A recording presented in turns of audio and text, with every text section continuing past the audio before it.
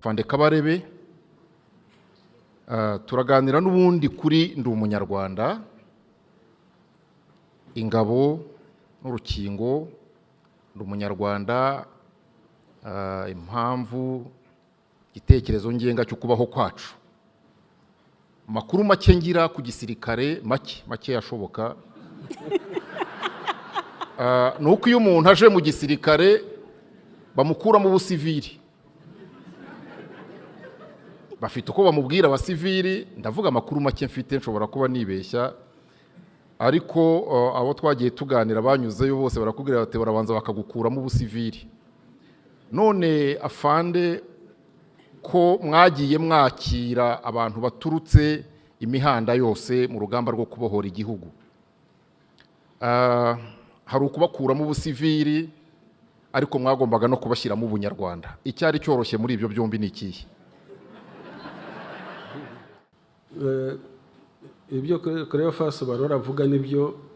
Iyo ugiye mu gisirikare babanza kugukuramo igisivili. Ni kimwe n'uko ubona kompiyuta irimo ibintu byinshi cyane bitandukanye, kugira ngo uyitegure neza ukabanza ukayidifomata, ukayihanaguramo ibirimo byose, noneho ukayifomata uko ushaka ushyiramo software ushaka kuzakoresha. Niko igisirikare cyubatse, nako giteguwe. Ariko mu rugamba rwo kubohora igihugu cyacu, icyo naheraho mvuga nuko rwagiye rutangirira ku mahame ya ndi umunyarwanda. Ku mahame ya ndi umunyarwanda, abakuru bari hano barutangiye, ndababona ba Muzehe Tito n'abandi, babanje kubaka RPF ishingiye kuri ndi umunyarwanda, izagendera ku mahame ya ndi umunyarwanda. FPR ubwayo yabanje kwitegura kwiribaretinga mbere y'uko itangira kuribaretinga igihugu. Amahame yo kubaka u Rwanda niyo yatangiriweho, ku buryo habanje kwigishwa abantu, abakada barategurwa, bamenya neza RPF ikirwanira, baragisobanukirwa. Ni nayo mpamvu urugamba rwo kubohora igihugu cyacu hari impande ebyiri. Hari FPR ifite uko yadefiningaga umwanzi. Umwanzi ninde? Umwanzi wa FPR yari system ikandamiza abanyarwanda, ibuza u Rwanda gutera imbere, yahejeje abanyarwanda hanze n'abari mu gihugu badafite uko bazigera batera imbere. Uwo niwo mwanzi, niko RPF yamusobanuraga. Leta ya Habyarimana FPR yarwanyaga yasobanuraga ite umwanzi? Yamusobanuraga mu ijambo rimwe gusa: umwanzi ni umututsi. Niko byari bimeze. Umwanzi ni umututsi, ni inyenzi, ni imbaragasani, ni ibyo byose, bitutsi byose bibaho. Ari nayo mpamvu urugamba rutangiye abatutsi bibasiwe hano, barafungwa muri za stade, ngo ni ibyitso n'iki byose barabibasira. Murumva rero itandukaniro ryari rihari. Aho FPR yavugaga iti turarwana n'igihugu, turarwanya institutions z'igihugu zifasha iyo leta gukandamiza abantu, arizo ngabo z'igihugu. Kandi umwanzi ntabwo ari abantu, ntabwo ari abaturarwanda, umwanzi niyo system mbi. Leta ya Habyarimana yo byari kiriya, umwanzi yari umututsi. Kandi byaragaragaye uko byakomeje, urugamba rukomeza, abantu bose bazaga ku rugamba, urubyiruko rwazaga ku rugamba, rwazaga ruvuye ahantu hatandukanye, haba mu Rwanda, haba Tanzania, haba i Kongo, haba i Burundi, haba muri Uganda. Yewe n'abavaga mu gihugu kimwe ntabwo babaga bahuje ibintu byinshi. Abavaga mu Uganda bavaga ahantu henshi hatandukanye bataziranye. Abavaga i Burundi bose ntabwo ariko babaga bahuje. Hari abavaga mu giturage, hari abavaga mu nkambi, hari abavaga mu miji. I Kongo ni nini, abavaga i Lubumbashi ntabwo babaga bahuje n'abava muri Kivu. Abavaga mu Rwanda murabyumva namwe uko hari hateye, n'abazaga niko bari bateye bamwe. So abo bose rero bagombaga gushyirwa ku murongo umwe wo kugira intego imwe y'icyo barwanira. Icyo barwaniraga ni u Rwanda, ni u Rwanda ruteye imbere, rwunze ubumwe, rudevelopinga. Bivuga ko uwabaga bagezeho yajyaga gukora ku mbunda yarabanje guhindurwa, mwavuze ngo ni uguforomata. Nuko deformata byarajyaniraga byose, byagenderaga hamwe, inyigisho z'icyo umuntu arwanira, imyitwarire, uko agomba kwitwara, indangagaciro agomba kugira, noneho n'uburyo agomba kurwana, byose byagenderaga hamwe. Ni ukuvuga ko RPA yabanje kwibohora ubwayo mbere y'uko ibohora u Rwanda, ariko birumvikana ko kwibohora biba ari urugendo. Discipline, imyumvire, imitekerereze, ideology, buri gihe byabaga biri center mu byo twakoraga byose, kugira ngo dushobore kubohora u Rwanda uko byifuzwa. Harimo challenge nyinshi cyane, harimo ibigeragezo byinshi cyane, habagamo kurwana no kurwana. Urugero natanga ni nk'uko iyo mu Rwanda hari abafatwa ku rugamba, barafatwaga, twarafatwaga, natwe hari abo twafataga. Hari naho byageze mu 1993 biba ngombwa ko mu mishyikirano ya Arusha n'ibyari byemejwe ko abasirikare bari aba leta bari ku ruhande rwa FPR bari barafashwe basubizwa leta, na leta nayo igatanga aba FPR yari yarafashe. Icyo gihe imibare nibuka neza nuko FPR yatanze abasirikare 59. Abo nabemeye kugenda, hari abanze bagumana na FPR. Ku ruhande rwa leta baduhaye abasirikare 3. Ni ukuvuga ko abacu bafataga bose barabicaga, bose barabicaga. Baduhaye umusaza umwe witwa Nania, baduha undi musirikare witwa Nyirigira, baduha n'umusaza wari inyenzi kera witwaga Ngurumbi. Nibo bantu baduhaye. Abandi bose barabicaga ku buryo batatinyaga no kwica n'abakobwa bafatiye ku rugamba. Bitabaga no mu mateka y'u Rwanda. Ndibaza ko mu Rwanda no mu ntambara zarwanwaga na kera nta mukobwa wicwaga ku rugamba. Ariko dufite ingero nyinshi cyane, dufite ingero z'abakobwa bafashe bakabicana nabi. Hari umukobwa wacu wari umukaporari witwaga Rukotana, afite abavandimwe be hano bamwe ndabazi, hariya ku Kidaho, baramufashe. Icyo bakoze bashinze igiti, bazana amaguru ye bagicisha hagati, baramushinga, bamushyira ku muhanda aho ngaho. Tugarutse kumushaka dusanga ahagaze, twibaza ngo ni muzima, naho bamucishijemo igiti gutyo. Ibyo ni ikigaragaza abantu batari bafite ubumuntu na gato. Rero abo basirikare 59 twahaye leta, hari abo twasigaranye. Abo twasigaranye bagumye mu ngabo kandi bagira akamaro. Ibitero bimwe byaza Ruhengeri ya kabiri ntabwo twari kuyishobora iyo tutagira umusirikare nka Minani, twari twarafashe tukayintegratinga. Niwo watweretse n'inzira, niwo watweretse n'umwanzi aho ari, kuko yari ahavuye yari abizi. Bishoboka neza ko kurasa uwo mujyi. Rero mu nzira yose yo kubohora igihugu cyacu, ndi umunyarwanda yari mu mitwe y'abantu, kuko objective ya mbere kwari igihugu cy'u Rwanda, igihugu kibereye abanyarwanda, cyunze ubumwe, igihugu cyagombaga kubaho. Ariko birazwi ko hari n'abaje icyo gihe, muratubwira abazaga mu gisirikare. Icyo nari ngiye kukibaza ndakibaza nyuma y'ikindi ngiye guheraho. mu gihe cyo kubohora cyo guhagarika jenoside nyirizina, hari abaje mwamaraga kubohora bagahita bajya mu gisirikare, kandi uyu muntu ucitse ku icumu urokotse winjiye mu gisirikare mumufitiye umwanya wo kumwigisha ubwo bunyarwanda kuko aje akomeretse. Abo bo mwagiye mubafasha mute? Ese uyu munsi bwo uje muri RDF nubwo atari yo mushinzwe muri iki gihe, ahurira he n'ubwo bunyarwanda? Kuko umuntu ashobora kugira impamvu zinyuranye. Tuganira n'abantu benshi afande bakavuga ati ngewe nzajyamo kuko wenda nka mukase yamuzengereje, akibwira ko ageze mu gisirikare yabona agakoresho. Abantu bashobora kuza batekereza agakoresho kuruta umwuga, bose buri gihe mwababoneraga umwanya cyangwa mubafitiye umwanya?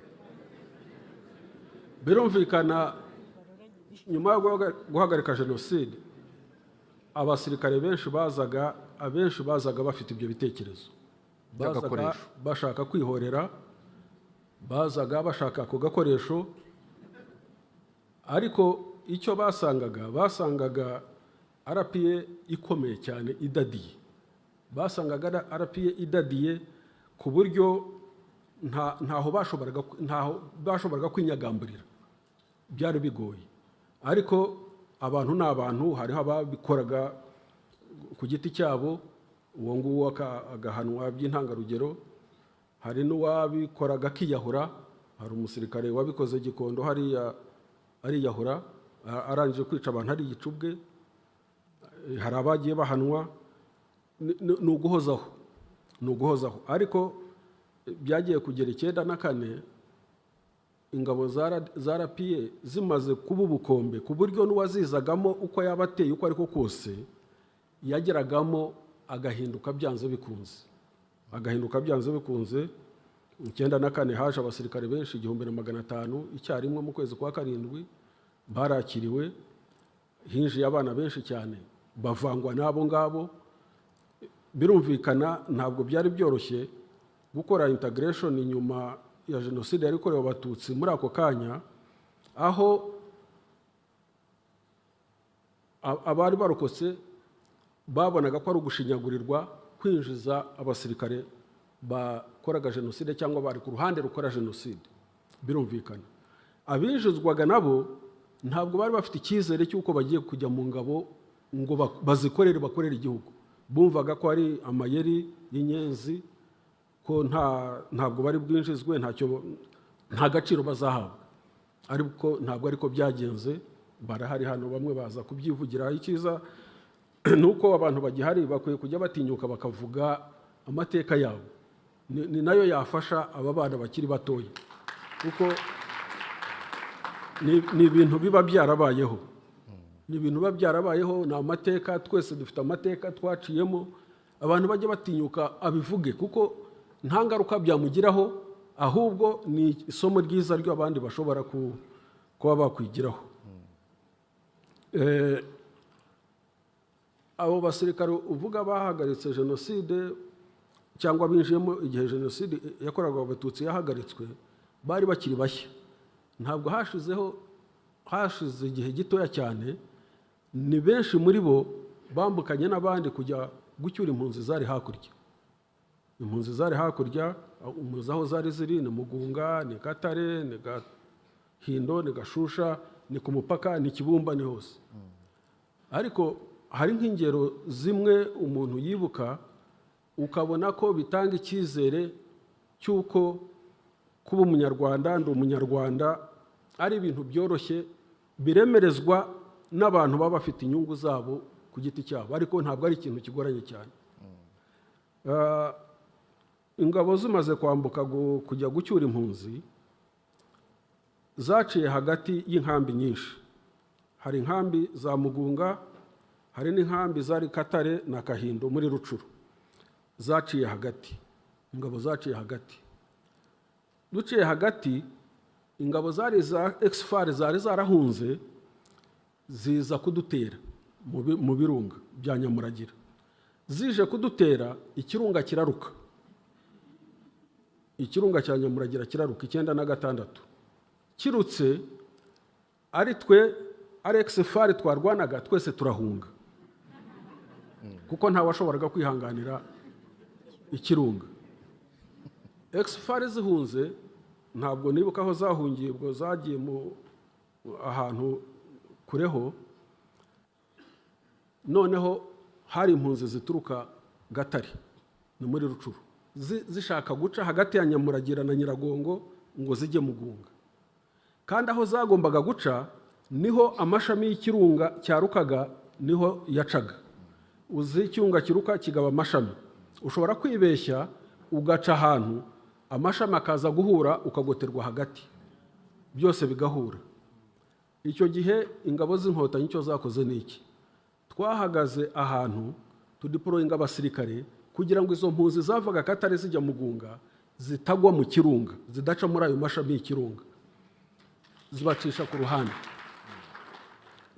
ku ruhande. Umudamu nibuka warimo ni umudamu witwa Marie Rose, yari atwite icyo gihe. Marie Rose ashobora kuba akora muri RGB, akora muri RGB. Iyi nkuru ndayivuga, twayibwiye abantu bakoraga ubushakashatsi b'abazungu barimo Abanyamerika n'Abongereza, ntibanyurwa, baravuga bati muratubeshye. Bikoreye private research yabo, bagaruka nyuma hashize umwaka umwe, baza batubwira bati ibyo mwatubwiye nibyo, ntabwo twashoboraga kubyemera ko Inkotanyi zashoboraga gukora ibyo bintu. Ariko niko byagenze. Buriya iyo Inkotanyi zitahaba, impunzi zose zo muri Katare, mu nkambi ya Gatare na Kahindu, ntabwo zari kugera Mugunga, zari kumirwa muri kiriya kirunga cyarukaga. Nuko nguko bimeze. Rero RPA yari yariteguye, hari imyiteguro mu myigishirize, mu miyoborere, muri ideology, nibyo byafashije kuba ipfundo rya Ndi Umunyarwanda. Hanyuma icyo navuze kindi nari bubaze mbere yuko mbaza n'abandi turi kumwe bagiye gukomeza batuganirira, ni ikijyanye n'abandi bagiye baza cyangwa namwe mwagiye gushaka. Hari abo mwagiye gushaka ari bakuru, ndibuka Leta Kanyarengwe, mufite uko mwamugezeho nawe aza muri mwe, n'abandi bantu bagiye baza ari bakuru baza babasanga. Ibiganiro bya Ndi Umunyarwanda rimwe bitangira, hari abana batoya batubwiye bati, batabasaza batubwiye ngo yemwe bani mugende mwitabire mwumve ibyo bababwira munabigenderemo, bati naho twebweho ngo bababwira bakoresheje umugani wa rya tungo riba mu rugo rikora akazi k'umugoroba cyane, ngo baravuga bati ntawe urishaka arikuze. Ariko mu Kinyarwanda bafite uko babivuga, bati ntawe urishaka arikuze, ariko ko hano tudaca imigani ku manywa, ngo barababwiye ngo ntawe ucirira imbwa ikuze. Nagira ngo bitumvikana ukundi kuntu, nashakaga uko twabivuga neza mu Kinyarwanda. Ahangaha tugomba kuganira neza. Uyu munsi abazaga bakuze, mutari burindisha itegeko, mwatubwiye muti RPA iradadiye, ubwo nuvuga ko n'uwashaka kwikorera ibyo abonye ntibikunda. Ariko noneho abo bose bagiye bazwiho amadeklarasiyo, wenda abantu babahimbira cyangwa bavuze ntawe ubizi, bo kubakonvenka, kubibumvisha no kuza byaraboroheraga? Ntabwo byari byoroshye. Abantu bakuze mu by'ukuri ntabwo byari byoroshye, ariko byarageragejwe. Alex Kanyarengwe yaje avuye Tanzania, niho yari yarahungiye, yaraje yaraje cyangwa rimwe mwagiye kumureba? Na RPF yagiye kumureba, ni nayo yamutumije, ni nayo yamuzanye, niyo yamuzanye, araza aba vice chairman w'umuryango, aho Leta General Fred Rwigema apfiriye, aba chairman. So ariko murabyumva aho yaravuye, amateka yaravuyemo, n'imyumvire n'imyaka, no kugira ngo bihinduke vuba ni urugendo. Abandi navugaho ni bariya abagabo twafunguje Ruhengeri, Colonel Biseruka, Muvunanyambo n'abandi bazanye n'abandi. Ariko bageze mu Birunga, ko twafunguye prison tugeze mu Birunga, ubwo twari dufite ibyishimo by'uko tubonye abakomanda, abamajoro, abantu bakomeye bize igisirikare bateye ubwoba, bagiye kudufasha urugamba, noneho bazi n'imirwanire yabo bari bavuyemo, noneho banabarakariye cyane kuko bari barabafunze ngira ngo burundu mu munyururu. Ariko bageze mu Birunga, icyo nibuka neza ni uko basabye imbunda, babaha imbunda, baragenda mu gitondo nka 12:00, 3:00 bari bamaze kugaruka, batageze no ku rugamba, bagarukira mu nzira, bigaragara ko batabishoboye. Ku bijyanye n'imitekerereze n'imyumvire byari bigoye cyane, ni ibintu byari bigoye. Nihuse nababwira urugero rumwe rwa Rizinde. Rizinde yari ibyumba mu gihe cyo guhagarika jenoside. Abona amakuru kuko yari komanda mukuru, yari afite escort, yari afite radio, amenya amakuru ko ikigo cya Kanombe inkotanyi zagifashe. We ubwe bimunanira kwihangana, ati inyana z'imbwa ziragifashe sha, azifashe kiriya kigo, ati ziragifashe gutyo ati ziragifashe, ati baragitaye, ati baragitanze, ati ariko barabeshya, atabaye komando babigogwe nibahagera baragisubirana. Ubwo urumva ni umuntu twari tumaranye hafi imyaka 4 ku rugamba, ariko urumva imyumvire ye n'imyaka ye nuko byari bimeze. Hari abo utashoboraga guhindura nubwo wagira gute. Yego, ubuze ubunyarwanda ntaraswa ntimwamurashe, ariko se yavuze iryo muraryumva muramureka? Mwamufashije mute? Yabaye na guverineri ngira ngo, yabaye prefe ngira ngo wa kariya karere, nyuma yaho yabaye prefe wako karere.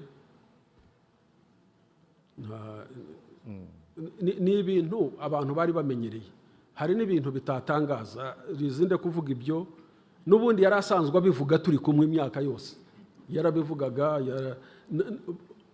bimwe tukabiseka, ariko tukibuka amateka ye, aho yari avuye n'uko yari ameze, ibyo bamuvugagaho n'ibyo yari yarakoze. Byaje kugaragara ko hari icyo utamukuramo kirenze, so abantu bakabyemera gutyo. Yego.